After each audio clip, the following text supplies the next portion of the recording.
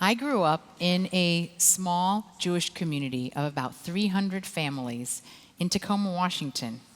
And my husband Jacob also grew up in a small, tight-knit congregation in Burlington, Vermont. And I'm curious, how many of you who are here grew up in synagogues in smaller Jewish communities or spent time living in a small town Jewish community? It's a number of us, really, quite a bit. It's interesting how many of us have made our way here to New York.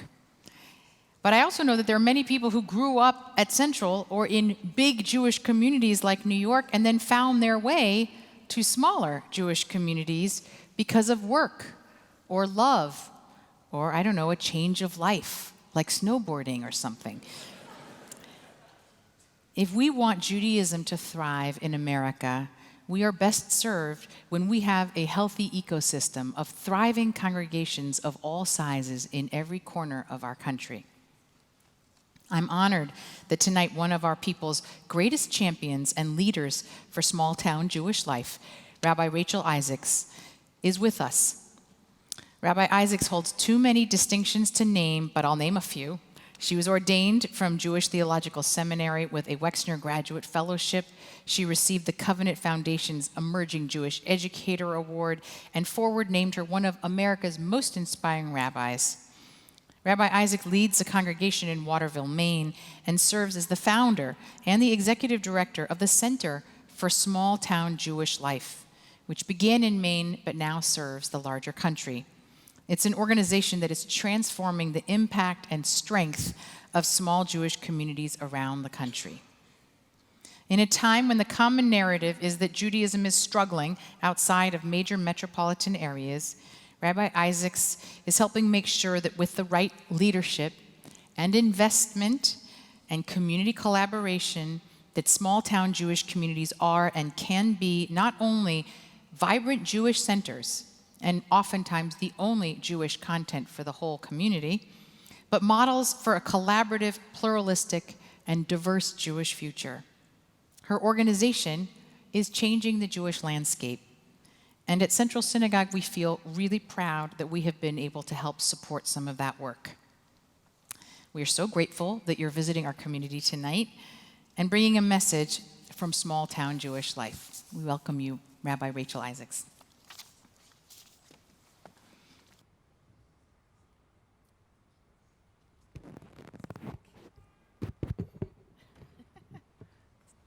Is it on? Thank you so much. Shabbat Shalom. It's amazing to be here at Central Synagogue, to be in the company of hundreds, if not thousands, throughout the world, celebrating the gift of Shabbat, a day of rest, abundance, and if we're doing it right, real peace. Friday, Yom HaShishi, the sixth day of the week, is the day that we remember God's love through the gift of double portions.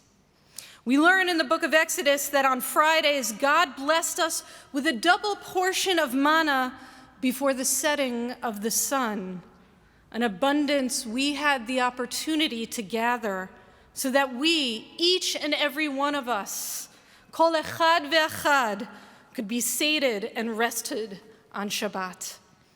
We learn in Exodus 16:22, Vayihi b'yom hashishi laktu lechem mishna shnei ha'omer le'echad.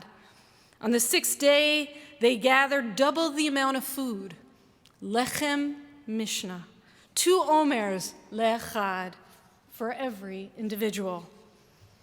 You may have noticed that we always bless 2 uncut loaves of bread for Shabbat meals, known as lechem mishna, and this is why. A remembrance of God's grace in the desert. It didn't matter who we were or if our behaviors were deserving. Each week, God provided us with shnei ha'omer, 2 omers, 2 portions of food on Friday afternoons, so that everyone would know a day without hunger, without worry, and without toil. Now, if you'd give me the privilege, I want to take you on a journey with me, not to a desert expanse, but rather to a place with a lot more snow, Maine, which is also a place with a different Lechem Mishnah story. It can get really cold in Maine, but it doesn't lack in warmth. In fact, it's one of the warmest places I've ever lived.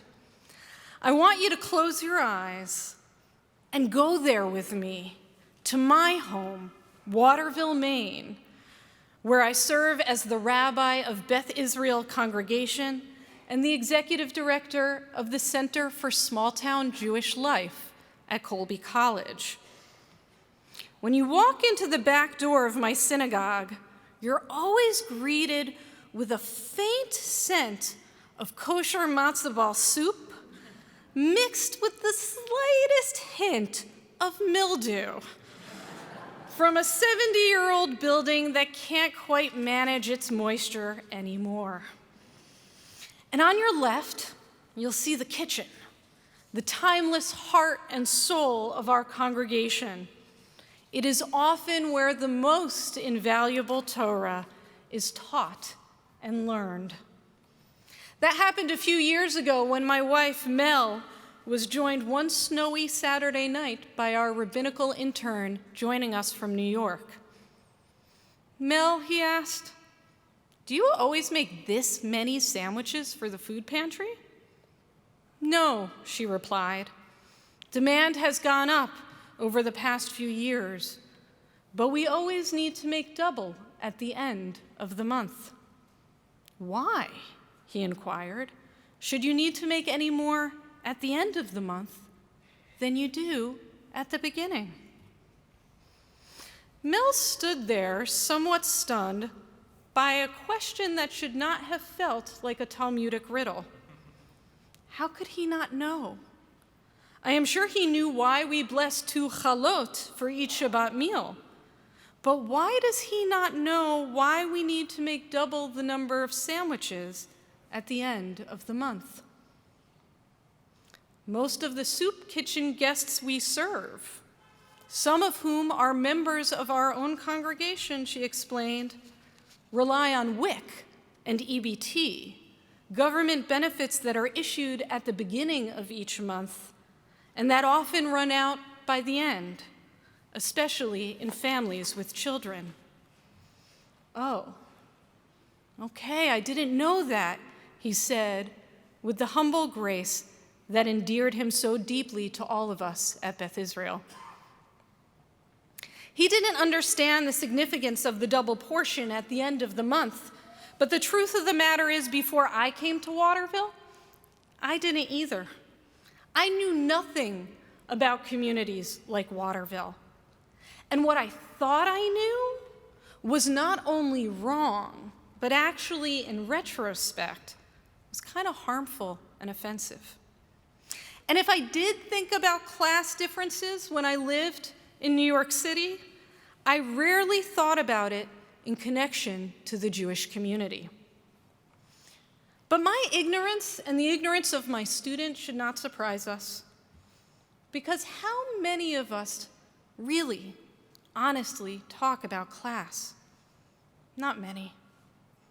What we need to surface this Shabbat is that class isn't just about money.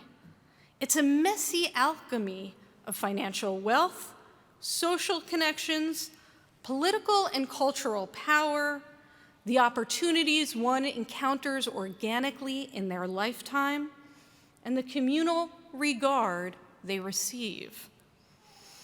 To put it more concretely, someone can have the money, either having the financial resources or a scholarship, to attend a Jewish summer camp. But class is also knowing which brands everyone at camp is going to be wearing, where to access those in-fashion clothes, and being able to own them. The trickiness of class is what brought one of my main rabbinic colleagues to warn me about sending the kids in my congregation to major Jewish summer camps. Even if you can get them the scholarship, Rachel, she said, the teasing they might endure might not make it worth it. Why aren't we talking about class? The topic is tender, because class is inextricably linked with dignity. In Hebrew, the word for dignity is kavod, which shares the same Hebrew root with kaved, which means weighty.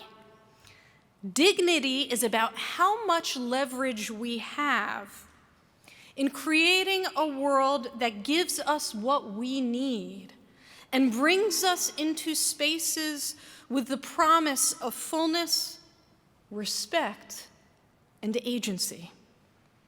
And the inequitable distribution of this kavod is impacting the ability of the American Jewish establishment to sustain functional, holy communities equitably nationwide.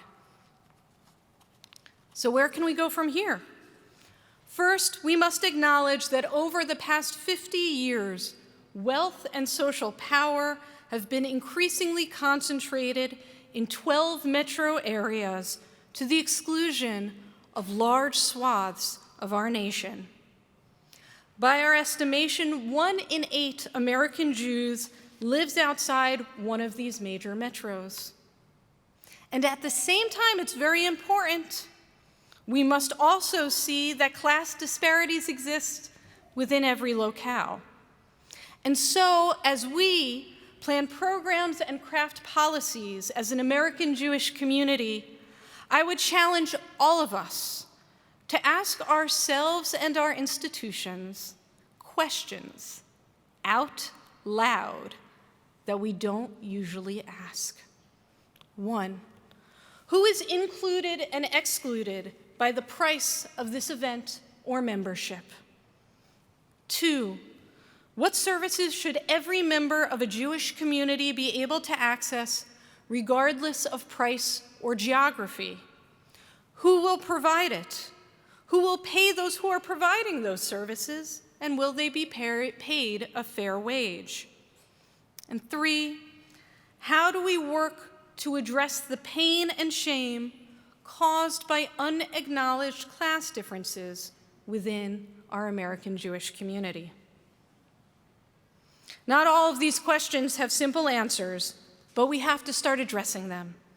From where I stand, there are 3 steps we should be taking as an American Jewish community to make our Jewish world more economically equitable now. First, even though live streaming has been a blessing and increased accessibility in crucial ways, it's the reason my congregation, I know, is here with me through the live stream. Hi, Maine. It's amazing.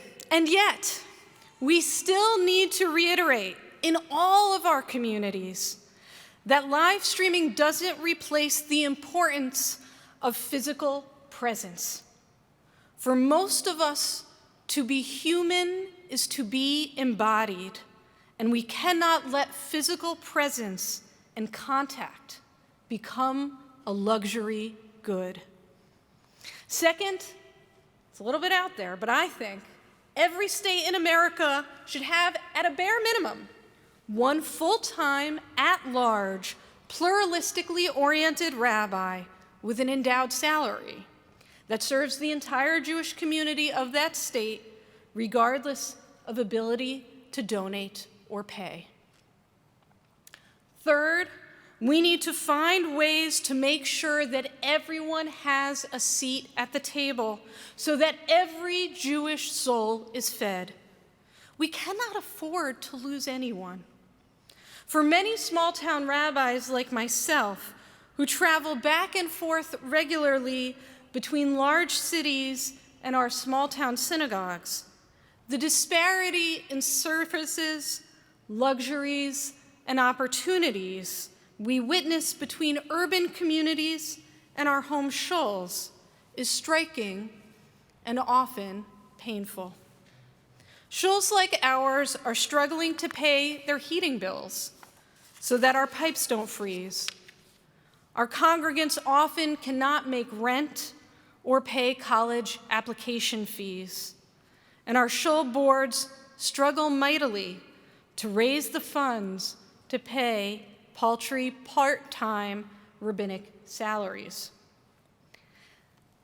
These heroic small-town lay leaders work the equivalent of unpaid full-time jobs so that every member of their congregation can have a human hand to hold when life gets real, both during times of transcendent joy, like birth, marriage, and graduation, and also through times of tragedy, like the pains of divorce, children in dire mental health crises, chronic illnesses often exacerbated by poverty, and death. The eternal faith of the people Israel is a covenant that should not be contingent upon one's class. It is up to all of us to make sure that every member of our people is spiritually sated, held by community, known, and called by name. We need a new American Jewish budget that fulfills the basic birthright of every Jew in this nation, to be served and held as a worthy member of our people. I need to thank Central Synagogue for providing me with the pulpit tonight and for financially supporting the organization I lead, the Center for Small-Town Jewish Life, that serves small communities like Beth Israel nationally. When I first approached the central clergy team to support our work with small communities, they answered the call immediately, partnering with us not only financially, but as thought partners in building community and capacity through the neighborhood and my organization's programs. 2 other Manhattan synagogues, Rodef Sholom and Park Avenue, came in alongside them, eager to help us spread the story of small-town Jewish life and advance our mission. But there is so much more to be done on a strategic national scale to ensure that we are touching and serving every member of the American Jewish community with dignity. We will need to continue this work together, large and small congregations alike. And now, from those lofty theoretical heights, I want to bring you back down home to Waterville. You are all invited. We will make room, I promise. You are all invited to join us for one of our Shabbat potlucks with lechem mishnah, a double portion of Barbara's homemade challah dotted with aniseed, and Liz's famous and beloved kugel, and Nilda's delicious arepas. Nothing is fancy, but everyone who enters leaves full. Those 2 simple facts are related. In this Shabbat to come, let's dream of lechem mishnah, a double portion for all. And then, when Shabbat ends and the week begins, let's start ensuring that everyone, at the very least, has the flour for a single loaf. As our rabbis teach, ein kemach, ein Torah. Without flour, without physical sustenance, our Torah cannot live. You know, we Jews, we've always shared a story, the story, Torah. But now all of us here today share another story, a story about a small place that made me love being a rabbi, the place where I learned and now teach about double portions, where, with all of our help, Torah will continue to live. Shabbat Shalom.